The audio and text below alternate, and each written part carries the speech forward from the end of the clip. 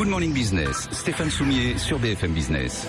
Jean-Charles Simon, donc avec nous, bonjour Jean-Charles Simon. Alors donc aujourd'hui entrepreneur, puisque vous êtes le fondateur d'un nouveau média qui s'appelle Facta Media. On peut juste en dire un mot, puis ensuite on va aller vers l'analyse des municipales. Mais alors moi ça m'intéresse évidemment en tant que journaliste. Je pense que ça peut intéresser aussi l'ensemble de ceux qui nous regardent et qui nous écoutent. Parce qu'à la base de votre réflexion de Facta Media, il y a une réflexion d'économiste sur la présentation des données. Absolument. Et on sait qu'il y a là des choses très importantes. Voilà. Mais d'abord, l'ADN de Facta Media, c'est quoi exactement? L'ADN de Facta Media, c'est être exclusivement sur les faits et les données. C'est-à-dire qu'on n'a pas de place pour les éditoriaux, les opinions. On se dit que ça peut être intéressant d'avoir un espace qui est consacré qu'à ça, la présentation de sujets qui touchent à l'actualité, mais sous un angle exclusivement data, si je puis dire, très data, beaucoup de données. Non mais Big Data, on va en parler demain. Il y a un grand sommet sur le Big Data. Voilà, donc voilà. Et sachant qu'avoir accès à ces données, les trouver facilement, même pour des données très simples. Prenons un sujet aussi médiatique que la question de l'évolution du chômage, le taux de chômage, le nombre de demandeurs d'emploi.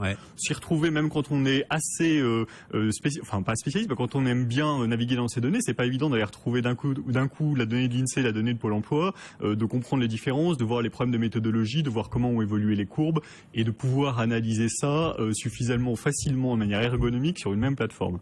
Donc c'est sur un exemple, c'est un peu ce qu'on veut faire dans tous les domaines de l'actualité. Et par ailleurs, avoir quelque chose de très ouvert et collaboratif. C'est fait pour que les experts dans tous les domaines viennent également préciser les questions méthodologiques, factuelles, de données qu'ils peuvent avoir, et des entreprises peuvent le faire également. Alors après, où est-ce que l'entrepreneur gagne de l'argent? Une fois que j'ai cette masse d'informations à ma disposition, et je vous en remercie d'ailleurs.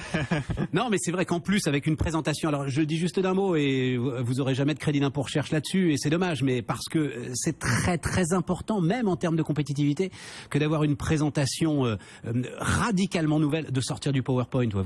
Disons-le très franchement. En bon français, on appelle ça la data visualisation. Non, mais c'est un enjeu vraiment fondamental. C'est vrai que ça permet vraiment de mettre en valeur, de regarder les choses différemment. On le fait également d'ailleurs aussi pour des documents bruts où on met beaucoup d'annotations interactives. C'est vrai. On va le faire sur beaucoup de sources comme ça, parce qu'on est vraiment sur la source brute, le fait, les données, et avoir cette mise en forme, cette ergonomie adaptée à tous nos nouveaux supports, tablettes, smartphones, ordinateurs, pour avoir cette facilité d'accès à toute cette masse d'informations. Bon, tout ça c'est gratuit. Alors où est-ce que l'entrepreneur va gagner de l'argent? Il y aura, on l'espère, des revenus publicitaires, mais principalement c'est vrai que ce que l'on souhaite, c'est pouvoir accompagner les entreprises tout à fait en marge de l'activité média de présentation des faits d'actualité, mais pour ce qui les concerne, sur la présentation, la mise en avant de leurs faits et de leurs données quand elles ont des choses à faire savoir, à faire connaître. Notre conviction, c'est que plutôt que d'être indirect, on va dire d'utiliser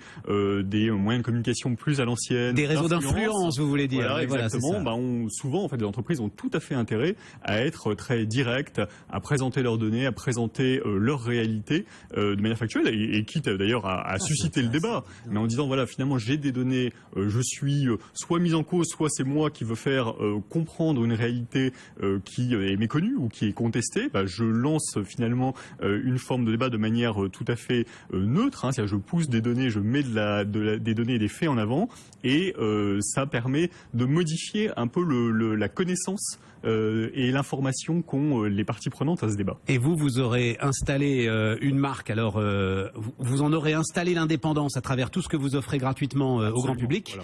Et derrière, évidemment, tout l'enjeu, ce sera de ne pas l'abîmer sur ce que vous allez faire avec les entreprises. Absolument. Mais vraiment, on le voit dans tout ce qui est, à nouveau, désolé pour l'anglicisme, le brand content, le contenu sponsorisé sur les médias, les grands médias, par exemple, anglo-saxons, s'y sont tous mis, jusqu'au New York Times, au Washington Post, des médias dont l'intégrité est difficilement attaquable. Je crois que l'important, c'est de présenter les choses de manière extrêmement claire et transparente. C'est-à-dire que les gens voient absolument qui est l'auteur et qui est la source de faits. Et donc ça permet, si ça vous amuse pas, ou si vous voulez pas le lire, ou si vous trouvez que c'est forcément un biais que vous n'aimez pas, vous n'êtes pas du tout obligé de le lire. Vous savez qui est l'auteur. Alors vous avez regardé, et c'est vrai que c'est une aventure qui nous intéresse, nous. Denis Père, il était avec nous tout à l'heure. On voulait regarder un peu l'impact. Alors peut-être pas seulement d'ailleurs des listes, nous citoyens, l'impact des listes qui se sont extraites des grands partis politiques sur ces municipales. Et vous aviez fait l'analyse évidemment sur le premier tour, où c'est bien plus pertinent, Jean-Charles. Oui, c'est vrai que ce qui m'intéressait, c'était d'abord, l'aventure de Nous Citoyens en elle-même est très intéressante. C'est quelque chose de très jeune. Et donc, il y avait ce pari de dire, voilà, les partis politiques ont une offre qui ne nous convient pas. Ouais, et ça, c'est clair. Le message est clair. Et on essaie de présenter des candidats alternatifs, ce qui me semblait intéressant comme enseignement du premier tour. Et encore une fois, c'est une première tentative d'un mouvement très jeune. C'est qu'en fait, c'est difficile d'aller au-delà de dissidence classique, à droite en l'occurrence principalement, pour des mouvements comme ça. Et que finalement, si on regarde aussi les listes de Charles Beigbeder à Paris, qui par exemple, reprendre aussi un peu cet étendard société civile, hein, on essaie de se présenter. En fait, vous êtes confronté à un appareil institutionnel, des partis et à une forme de légitimisme des électeurs qui fait que vous allez spontanément vers les candidats installés. Et même quand il y a des particularités locales, des gens bien implantés de longue date, d'ailleurs la plupart des candidats labellisés, puisque je crois que c'est leur terme, Nous Citoyens, qui ont le mieux réussi, ce sont des gens qui étaient déjà implantés dans la grande opposition et qui en général étaient en dissidence avec l'opposition au sens national, qui étaient déjà bien implantés et qui avaient eu des mandats ou des responsabilités dans des majorités ou des minorités de droite localement.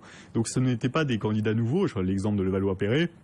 C'est quelqu'un qui a un très bon score, qui a été labellisé Nous Citoyens, mais qui avait par exemple déjà eu des responsabilités à Levallois-Perret à la mairie et qui avait d'ailleurs battu Isabelle Balkany au cantonal. Ouais, donc en fait, c'est un vernis qu'on met sur une dissidence politique assez classique. Voilà. C'est ça l'idée que vous avez. Hein. Ce qui nous semblait intéressant de regarder, si vous voulez, c'est que en fait, le pari est, y a-t-il dans le système institutionnel français avec beaucoup de centralisme par l'investiture des partis, beaucoup de réflexes de légitimité parce qu'il faut aller battre le camp en face du côté des électeurs. Bref, y a-t-il une place pour l'espace société civile? Je crains que malheureusement il n'y en ait pas beaucoup tant que les institutions sont ce qu'elles sont, c'est-à-dire tant qu'il n'y a pas une vraie décision purement locale du choix des candidats, un peu à la système de la primaire à l'américaine pour des mandats dans des États, dans des villes où on voit ce système-là, c'est-à-dire où l'appareil central du parti n'existe pas vraiment et où finalement le meilleur l'emporte. Là,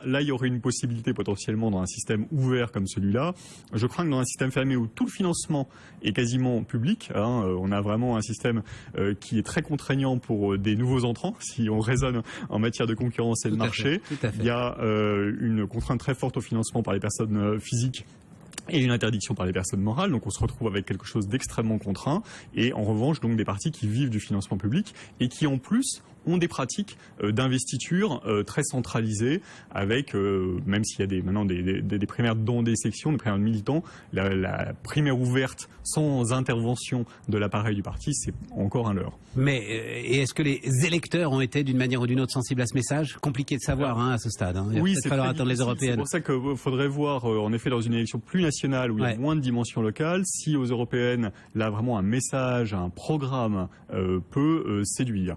J'ai le sentiment qu'au niveau local, encore une fois, quand il y a eu des bons scores localement, des scores encourageants, c'était en fait des scores qui ont été faits quasiment sans l'étiquette, puisque c'était à nouveau soit des endroits où il n'y a pas beaucoup d'enjeux, je pense au 8e arrondissement, à d'autres endroits, des endroits où en fait il y avait c'est ce principe. Denis Père nous parlait de Saint-Cloud, je pense que Saint-Cloud, certainement pas un bon résultat, mais c'est quelqu'un qui était encore une fois déjà très implanté localement à droite, sur un niveau très particulier, et où il n'y a pas d'enjeu, gauche-droite, et sinon c'est plus compliqué. Un mot, Jean-Charles, parce que l'INSEE nous a donné donc les chiffres du déficit public et vous avez l'air préoccupé en voyant ce déficit public. Très franchement, est-ce que ça a l'importance de passer de 4,1 à 4,3 enfin Vous savez, j'ai toujours pensé que ça n'avait vraiment pas beaucoup, en tout cas à la décimale près pour les marchés depuis 2 ans, contrairement à ce que pronostiquaient certains. J'étais convaincu que le point central était la politique de la BCE et l'assurance qu'elle donnait de sauver l'euro coûte que coûte, et que dès lors, être à 4,2, 4,3 ou 4,5, c'est pas le sujet.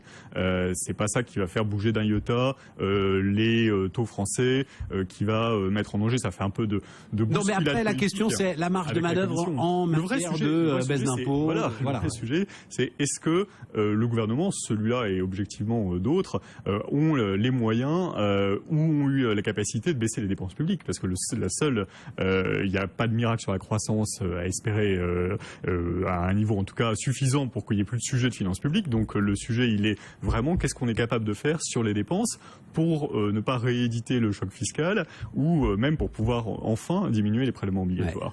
Et si vous voulez, quand on regarde les grandes masses de prélèvements obligatoires, j'attends de voir vraiment quelles sont les pistes des 50 milliards d'euros d'économie, mais je n'y crois absolument pas s'il n'y a pas de remise en cause assez structurelle du modèle social. C'est-à-dire s'il n'y a pas un mouvement de renvoi, comme ça a été fait, y compris dans des social-démocraties. Ça m'étonne d'ailleurs que ça n'inspire pas plus sur l'échiquier politique français. C'est ce qu'avait fait la Suède dans les années 90, qu'ont fait d'autres pays, c'est-à-dire renvoyer finalement au privé une partie de la couverture sociale, parce que le gros sujet, il est là. Les gens sont focalisés sur les dépenses de l'État, voire celles des collectivités locales, on l'a vu dans les dernières semaines.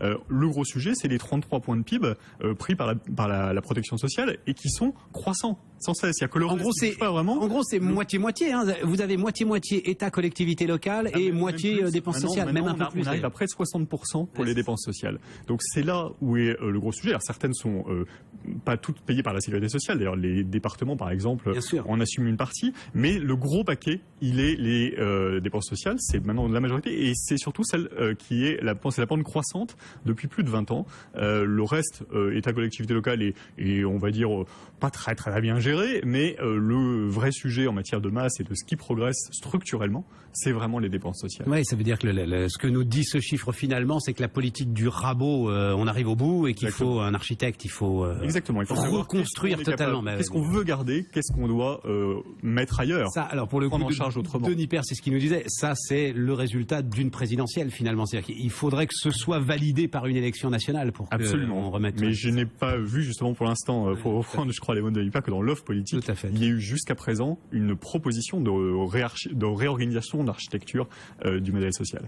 Jean-Charles Simon, donc, Facta Média, bienvenue. Hein. Merci beaucoup.